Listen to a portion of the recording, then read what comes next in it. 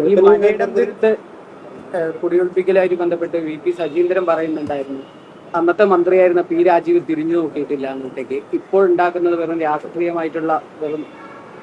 അതിൽ നമ്മൾ കാണേണ്ടത്, ഞങ്ങൾ ഭരണത്തിലിരിക്കുന്ന സന്ദർഭത്തിൽ ഒരു തവണ പോലും പോലീസിന്റെ ബലപ്രയോഗമോ ഇതുപോലുള്ള അനുഭവം ഉണ്ടായില്ല. അതിപ്പോ നിങ്ങളെല്ലാവരും അവിടെ പോയപ്പോൾ അവരെല്ലാവരും പറയുന്നുണ്ടല്ലോ, അവിടെ എപ്പോഴൊക്കെയാണ് വരുന്നത് ആ ഘട്ടത്തിൽ അവിടുത്തെ MLA ആ സ്ഥലത്ത് തന്നെ പോയിരുന്നു. അദ്ദേഹം ആവശ്യപ്പെട്ടതനുസരിച്ച് ഞങ്ങൾ ഇടപെട്ടിരുന്നു. ഇത് 1970-കൾ തുടങ്ങിയ കേസാണ്, വ്യക്തികൾ തമ്മിലുള്ള കേസ്.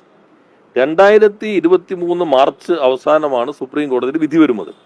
ആ വിധിയെ തുടർന്ന് എക്സിക്യൂഷനിലേക്ക് വന്നു കഴിഞ്ഞപ്പോൾ ബലപ്രയോഗത്തിലേക്ക് പോകരുത് എന്ന നിലപാട് അന്നത്തെ ഗവൺമെന്റ് സ്വീകരിച്ചു. അതിനെ തുടർന്ന് ബലപ്രയോഗം ഉണ്ടായിരുന്നില്ല.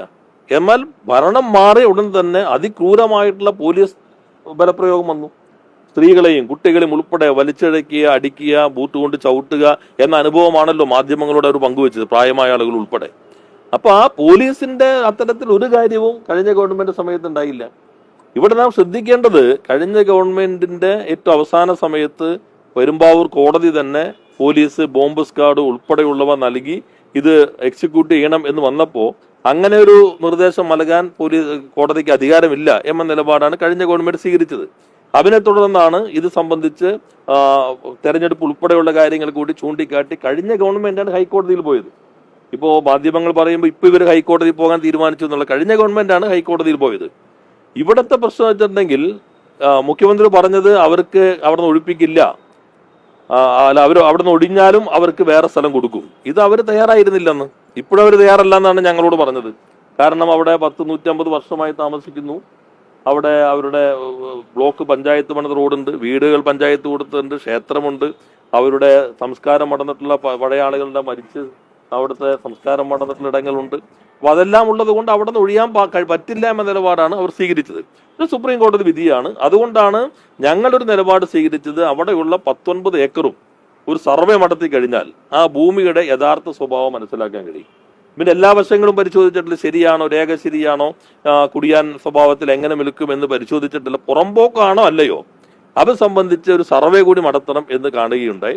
ആ സർവേ നടപടികൾ ആരംഭിച്ചിട്ടുണ്ട്. യഥാർത്ഥത്തിൽ ബഹുമാനപ്പെട്ട മുഖ്യമന്ത്രി ചെയ്യേണ്ടത് ആ സർവേ നടപടികൾ സമയബന്ധിതമായി പൂർത്തീകരിച്ച് ഭൂമിയുടെ സ്വഭാവത്തെക്കുറിച്ച് ഒരു വ്യക്തത വരുത്തി അതിനുശേഷം തുടർ നടപടികളിലേക്ക് പോവുക എന്നതാണ് വേണ്ടത്.